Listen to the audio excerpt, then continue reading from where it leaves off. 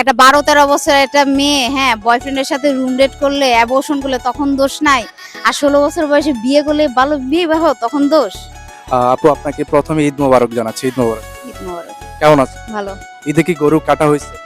আপনি কি গরু কাইটটা তারপর আসছে? আমি কেন কাটবো, মানে কুরবানি করছি সেটা বলছি, আমি আমি কেন কাটবো? না, কুরবানি তো মানুষ আছে না যে শখের বিষয় যে একটু কাটি।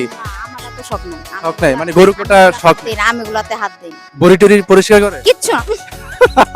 বড়ি পরিষ্কার করেন না? না। আচ্ছা, আপনি গরু হাটে গেছিলেন? না।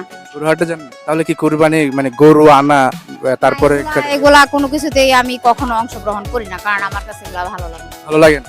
এই যে ঈদে এখানে ঘুরতে আসছেন, কার সাথে ঘুরতে আসছেন? আমার বান্ধবীদের সাথে। বান্ধবীর সাথে? বয়ফ্রেন্ড নেই?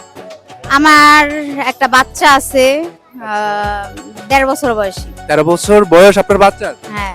ওরে আল্লাহ, আমার বাচ্চা। আপনার দেখে তো মনে হয় না যে আপনার 13 বছর একটা বাচ্চা আছে। আপনার বয়স কত মনে হয় জানেন? 13 বলি নাই, 1.5 বছর। 1.5 বছর? ও আচ্ছা, সরি।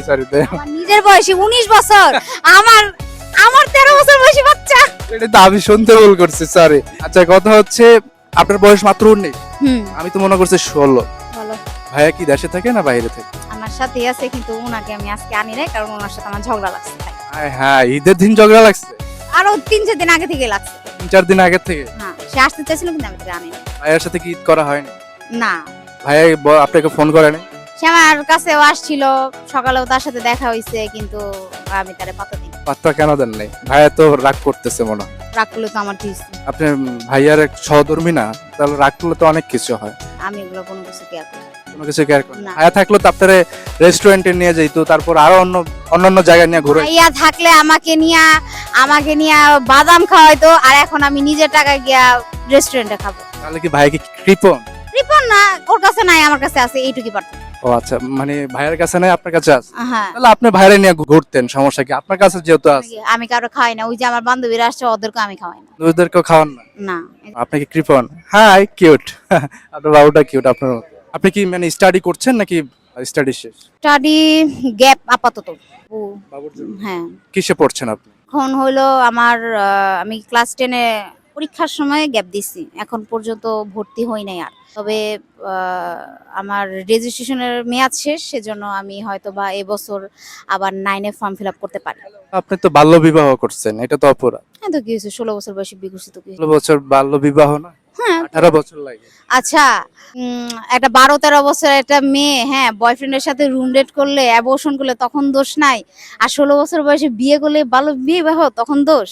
এটা হচ্ছে আমাদের মানে যেটা হচ্ছে রাষ্ট্রীয় আইন, সেটা তো আপনাকে মানতে হবে। রাষ্ট্রীয় আইন মানতে ওটা তো হবে। অপরাধ, যেটা মানে রুম ডেট করে মানে অপ্রকাশ্যে, হ্যাঁ, সেটা তো অপরাধ। তো আমাদের আমাদের সমাজে তো দেখা যায় যে বেশিরভাগ মানুষ বয়ফ্রেন্ড রাখাটাকে অ্যাপ্রিসিয়েট করে বিয়ের থেকে বেশি।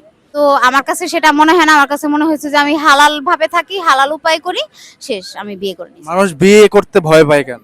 বিয়ে করতে ভয় পায় কারণ প্রথমত সংসারের প্যারা, সংসারের ঝামেলা, তারপরে শ্বশুর বাড়ির প্যারা, সবকিছু মিলায়। আপনি কোন প্যারাটা বহন করতেছেন বর্তমান?